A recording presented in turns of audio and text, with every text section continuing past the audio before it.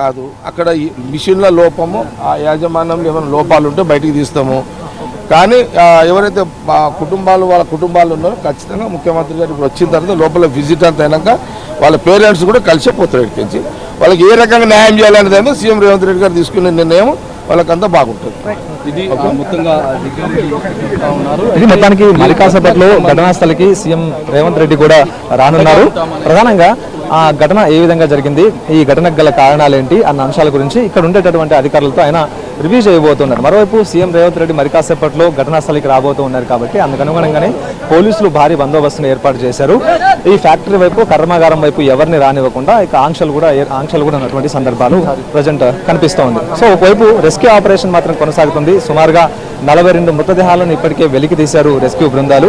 ఇంకా శిథిలాలు అలాగే ఉన్నాయి. ఒకవైపు పెద్ద పెద్ద ఈ గోడలకు సంబంధించినటువంటి ఆ శిథిలాలు కావచ్చు, మరోవైపు ఫ్యాక్టరీకి సంబంధించినటువంటి ఇనుప సామాగ్రి కావచ్చు, ఇదంతా కూడా ఒక చోట కుప్పగా పడినటువంటి సందర్భం. సో ఆ శిథిలాల కింద ఇంకా మరికొన్ని మృతదేహాలు కూడా ఉండేటటువంటి అవకాశం ఉంది. ఆ శిథిలాలను తొలగించేందుకు ఇటు ఎన్డీఆర్ఎఫ్ బృందాలతో పాటు ఎస్డీఆర్ఎఫ్ బృందాలు, ఆ తర్వాత సింగరేణి రెస్క్యూ టీం కూడాను రాత్రి నుంచి అవిశ్రాంతంగా శ్రమిస్తూనే ఉంది. ఒకవైపు ఈ యొక్క శిథిలాలు తొలగిస్తున్నటువంటి సందర్భంలోనే శిథిలాల కింద ఈ మృతదేహాలు కనిపిస్తూ ఉన్నాయి. ఆ వెంటనే మృతదేహాలను ఇక్కడ నుంచి తరలించేటటువంటి ప్రయత్నం చేస్తూ ఉన్నారు. ప్రధానంగా స్ప్రేయర్ డ్రైయర్లో ఏర్పడినటువంటి లోపమే ఈ ప్రమాదానికి కారణం అంటూ కూడా ఇప్పటికీ ఇండస్ట్రీ వర్గాలు చెప్తున్నటువంటి సందర్భం. ఇక్కడ ఔషధ పరిశ్రమకు సంబంధించినటువంటి విభాగం ఇది. ఇందులో ముడి సరుకు ద్వారా ఔషధం తయారు చేస్తూ ఉంటారు. సో ఇదే సమయంలోనే ఈ స్ప్రేయర్ డ్రైయర్లో ఈ ముడి సరుకును మండించి శుద్ధి చేస్తారు. ఆ స్ప్రేయర్ డ్రైయర్ను ఎప్పటికప్పుడు పర్యవేక్షించాల్సి ఉంటుంది.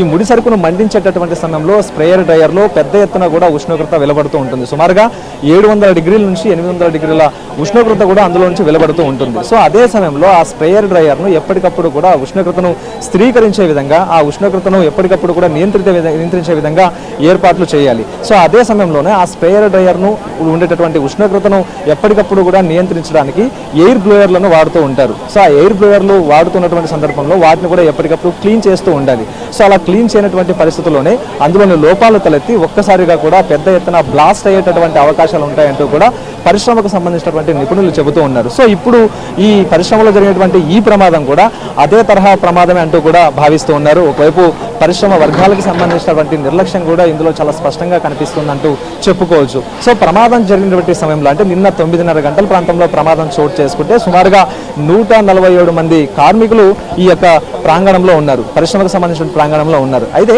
ప్రధానంగా ఈ అడ్మినిస్ట్రేషన్ భవన్తో పాటు ప్రొడక్షన్ భవనంలోనే ఈ యొక్క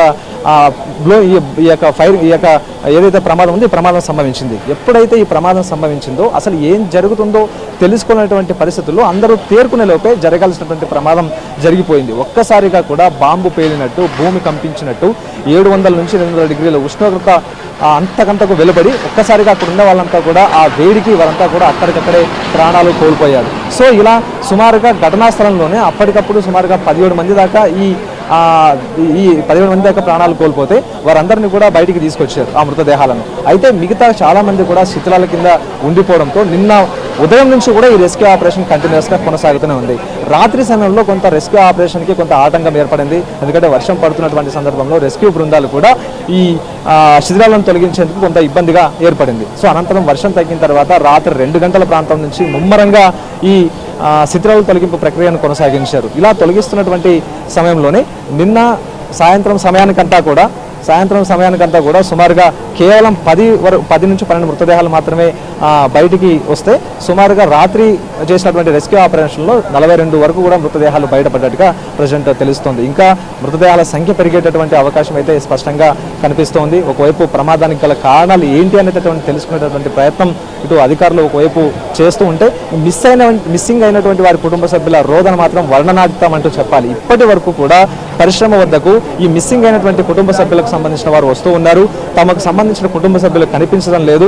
వారి ఫోన్లు కూడా స్విచ్ ఆఫ్ వస్తూ ఉన్నాయి. కనీసం వారిని సంప్రదించేందుకు కూడా వీలు పడడం లేదు. నిన్న పరిశ్రమకు వచ్చారు, ఆ తర్వాత అప్పటి నుంచి కూడా వారి ఆచూకీ లేదంటూ కూడా చాలా మంది ఇప్పటి వరకు కూడా కన్నీళ్లు పెడుతున్నటువంటి సందర్భం. అలాంటి వారి కోసం ప్రత్యేకంగా హెల్ప్ డెస్క్ ను ఏర్పాటు చేస్తున్నారు. ఆ హెల్ప్ డెస్క్ ద్వారా ఇక్కడ వివరాలు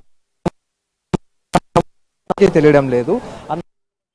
ఇక్కడ నమోదు చేసేందుకు ప్రత్యేకంగా విభాగాన్ని ఏర్పాటు చేస్తున్నారు. ఎందుకంటే ఇప్పటి వరకు కూడా మృతదేహాలు ఏది కూడా గుర్తుపట్టలేని స్థితిలో కాలిపోయి ఉన్నాయి. సో ఇలాంటి పరిస్థితుల్లో తమకు సంబంధించినటువంటి కుటుంబ సభ్యులు ఉన్నారా లేరా, ఒకవేళ మృతదేహంగా మారుంటే వారిని గుర్తుపట్టేటటువంటి అవకాశం కూడా లేనటువంటి ప్రస్తుత పరిస్థితులు ఉన్నాయి. సో ఇలాంటి పరిస్థితుల్లో మృతదేహాలను గుర్తించేందుకు DNA పరీక్ష పెద్ద దిక్కుగా మారేటటువంటి అవకాశం ఉంది కాబట్టి సో అందుకనుగుణంగా ఏర్పాట్లను కూడా చేశారు. ఇప్పటి వరకు ఈ 42 మృతదేహాలు కేవలం 5 నుంచి 6 మృతదేహాలను మాత్రమే గుర్తుపట్టి వారిని కుటుంబ సభ్యులకు అప్పగించేటువంటి ప్రయత్నం చేస్తూ ఉన్నారు. ప్రధానంగా ఈ పరిశ్రమలో ప్రమాదం జరిగినటువంటి పరిశ్రమలో ఎక్కువగా తమిళనాడు, ఒరిస్సా, అస్సాం, ఆ తర్వాత బీహార్ ఈ ఈశాన్య ప్రాంతాలకు సంబంధించినటువంటి వారే ఎక్కువగా ఇందులో పనిచేస్తూ ఉన్నారు. అయితే ప్రమాదం బారిన పట్ల వారంతా కూడా కార్మికులు, వారంతా కూడా వివిధ ప్రాంతాల నుంచి ఉపాధి నిమిత్తం వచ్చి ఇక్కడ నివాసం ఉంటున్నవారు. సో మొత్తానికి కార్మికుల్లో నైపుణ్యం లేకపోవడం ఒక రకమైనటువంటి ప్రమాదానికి కారణం అయితే, మరోవైపు ఈ పరికరాలు ఏవైతే ఉంటాయో ఈ పరికరాలకు సంబంధించినటువంటి నిర్లక్ష్యం కావచ్చు, ఆ పరికరాలను సరిగా వినియోగించడం, తర్వాత వాటిని సరిగా ఏ విధంగా అయితే ఆపరేట్ చేయాలని అసలు తెలియకపోవడంతోనే ఇంకో రకమైనటువంటి ప్రమాదాలు చోటు చేసుకునే అవకాశం అయితే ఉంటుంది. సో మొత్తానికి ప్రమాదానికి గల కారణాల మీద అధికారులు మాత్రం సమగ్రంగా దర్యాప్తు చేస్తూ ఉన్నారు. ఇప్పటి వరకు జిల్లా యంత్రాంగం అంతా కూడా ప్రజెంట్ హిగాచి పరిశ్రమ ఒకటే ఉంది. మొత్తం జిల్లాకు సంబంధించిన వివిధ స్థాయి అధికారులంతా కూడా జిల్లా కలెక్టర్ సహా అందరూ కూడా హిగాచి పరిశ్రమ వద్దనే ఉన్నారు. నిన్న నుంచి కూడా ఈ రెస్క్యూ ఆపరేషన్ తో పాటు ప్రమాదానికి గల కారణాలు, తర్వాత మిస్ అయినటువంటి వారి వివరాలు సేకరణలోనే వీరంతా కూడా నిమగ్నమై ఉన్నటువంటి సందర్భం. మరి కాసేపట్లో సీఎం రేవంత్ రెడ్డి రాబోతూ ఉన్నారు.